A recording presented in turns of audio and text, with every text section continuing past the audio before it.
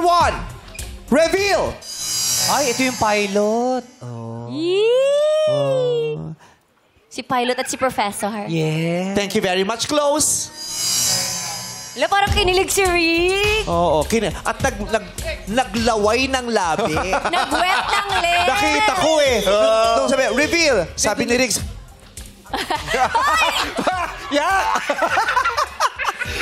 May bula pa. Binasa. May mga lumabas na katas ng okra eh. Mula sa kanyang tanghaliang pinakbet. Eto na si number 3, Sean. Reveal! Yan yung mahilig sa karera. Ay, grabe si Sean, no? Hala, hindi ba alis yung ngiti? Killer's close! Grabe, bumaba ang balika.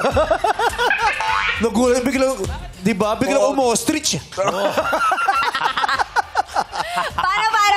Umo-stretch. Kanya kanina eh. Reveal! Parang nanalo sa race si ano eh. Oo. Okay. Nakita mo na silang dalawa.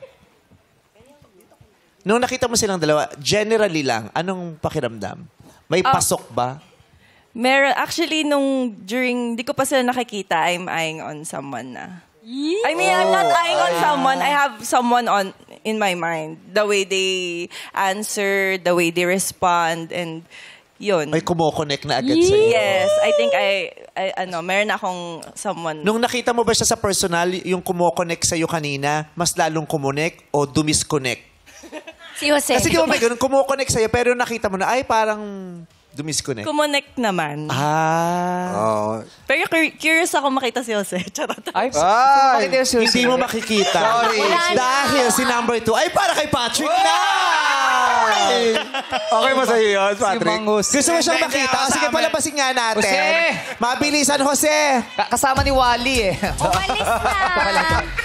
Halika na, Jose, muna. Jose, may special mention yan ka dito. gusto ko makita, Jose. Gusto ko daw makita. Para makita niya kung sino yung lalaking bumaba sa kanya. Yan ah. Oo, lumaba ka na. 1, 2, 3, reveal! Close! Close!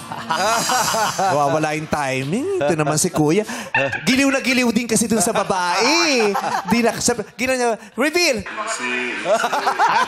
Di na nakinig. Okay. Ano nung naramdaman mo, nakita mo?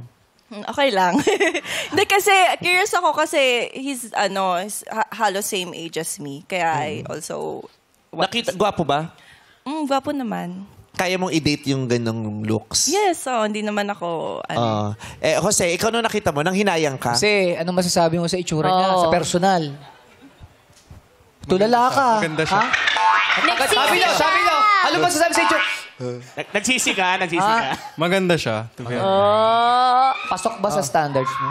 Yeah, pasok rin naman. Pero wala nang chance. Yeah, Paalam, Jose. Salamat, Jose. Sayang, nag-shine ka pa man din ng leather mo ngayon. Yeah.